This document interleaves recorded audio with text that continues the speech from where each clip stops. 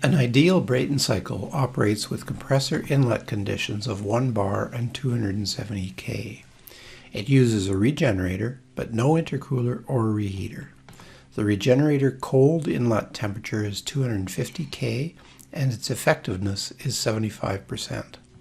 The mass flow rate is 50 kilograms per second. If the net power output is 26 megawatts, what is the thermal efficiency? Use a cold air standard analysis with CP 1.004 kilojoules per kilogram degree Kelvin and specific gas constant of 0.287 kilojoules per kilogram degree Kelvin. So this is an ideal Rankine cycle, and it has a regenerator but no intercooler or reheater. So we need to know what the schematic diagram of that looks like. And it's going to look like this. Because there's no intercooler and no reheater, we just have a single stage compressor and a single stage turbine. But the regenerator is a heat exchanger with 2 inlets and 2 exits. It takes waste heat from the exhaust stream coming out of the turbine and preheats the air before it goes into the combustion chamber. So we have relatively cool air flowing through this branch, warm air flowing through this branch, heat transferring in this direction. So we have our Brayton cycle with a regenerator shown, and we have the state points all numbered. Now we want to go back through our problem statement and make sure we get the information from the problem statement onto this schematic diagram. So first of all, the inlet conditions, 1 bar and 270 K, that will be P1 and T1. We're told that the regenerator cold inlet temperature is 520 K. Well, this is the cold side of the regenerator, and this is the hot side of the regenerator. So the cold inlet temperature is referring to point 2 here. So we say T2 is 520 K. The effectiveness of the regenerator is 75%, so we put that there. We're also told the net power output is 26 megawatts. So that's the net power. Remember, that'll be the compressor power plus the turbine power added together to get the net power of the cycle.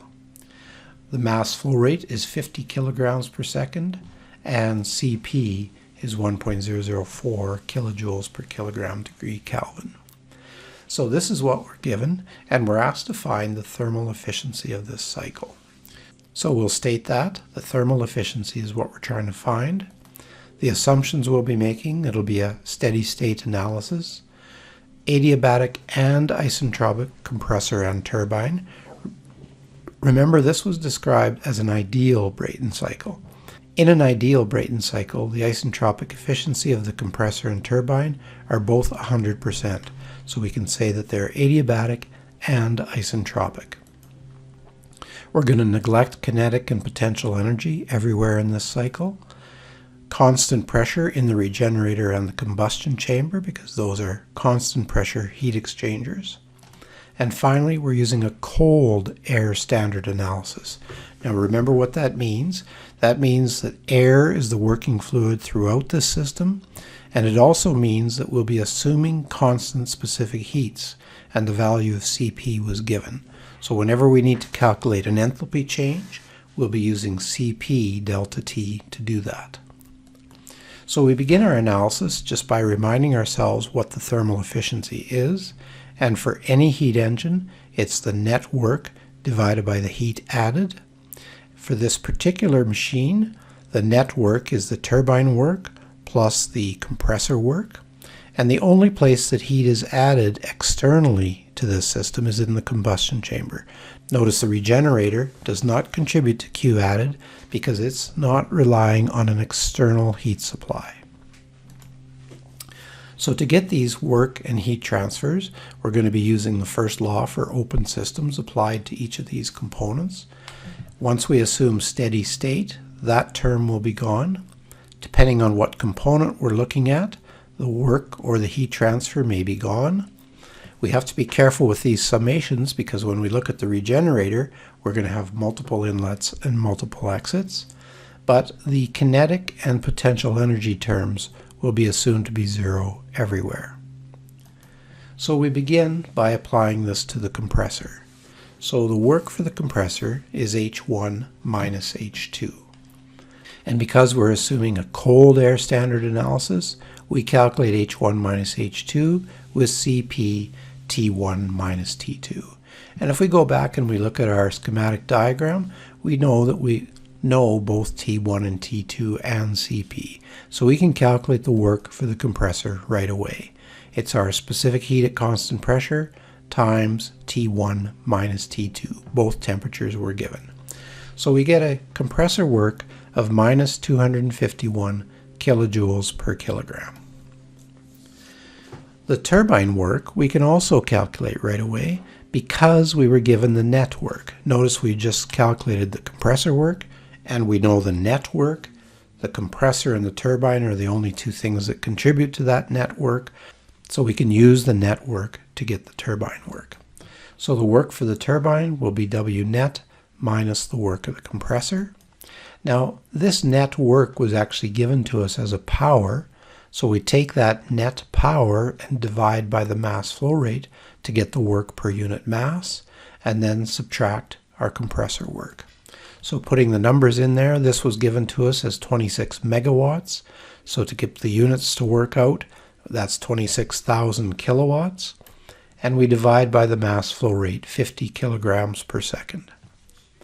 And then add on 251 kilojoules per kilogram. Notice we're subtracting a negative value for WC, so that's where that positive sign comes from.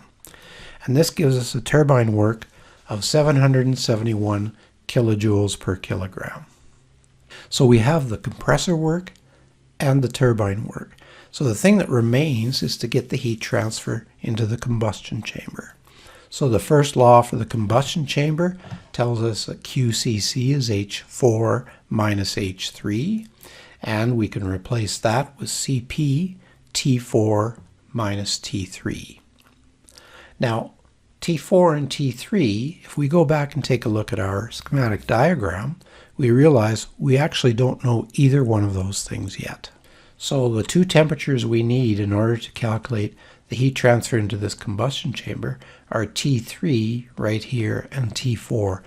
And currently we don't have either one of those temperatures. So we're going to see how to get both of those temperatures. But before we can really look at this combustion chamber, we need to get those two temperatures. So we're going to begin by trying to get T4. So the exit of the combustion chamber is the inlet to the turbine. So it makes sense to look at the turbine and see if we can get T4. So when we return to the first law for the turbine, we see the work of the turbine is Cp T4 minus T5. The problem that we have is we don't know T5 either. We do know the work of the turbine, we just got that, but we don't know T4 or T5.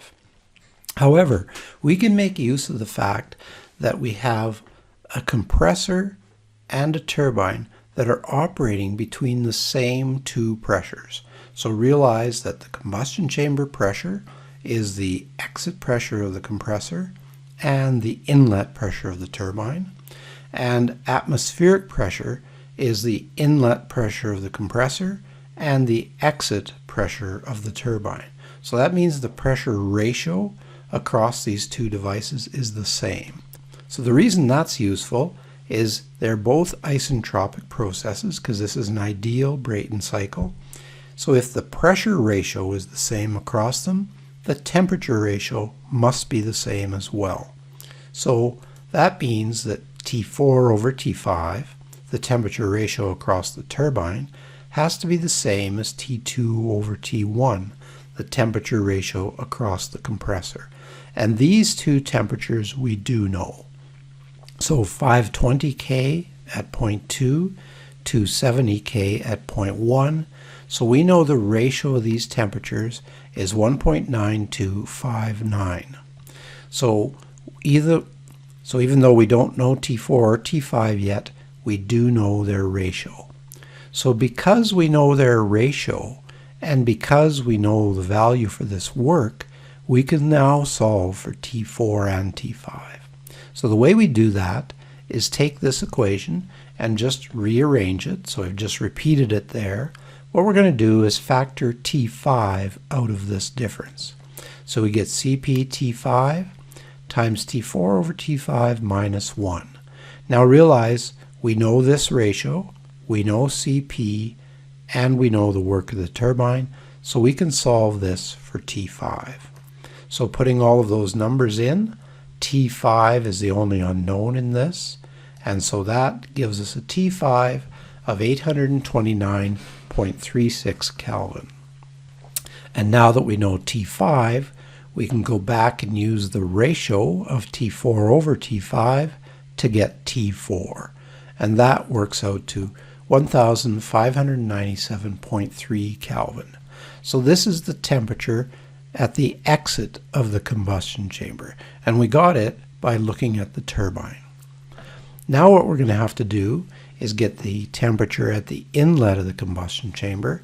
And to get that, we're going to have to look at the component that lies just upstream of the combustion chamber. That's the regenerator. So when we turn our attention to the regenerator, which is where we're going to get T3 from, we realize we were given the effectiveness of the regenerator. So we need to remember the definition of heat exchanger effectiveness. For the regenerator, it's the actual enthalpy increase of the cold stream, so that's H3 minus H2, divided by the maximum possible enthalpy increase, H5 minus H2. Now, because this is a cold air standard analysis, each of these delta H's can be written as Cp delta T, and the Cp's cancel, so we can rewrite this expression for effectiveness just in terms of the temperatures. Now we're after T3 and realize that T3 is the only thing we don't know in this equation because we were given this effectiveness. We know T2 and T5 we solved for previously. So rearranging this for T3 and then putting in those numbers, there's our 75% heat exchanger effectiveness, the T5 that we found a moment ago, the T2 that we were given appears in a couple of places there.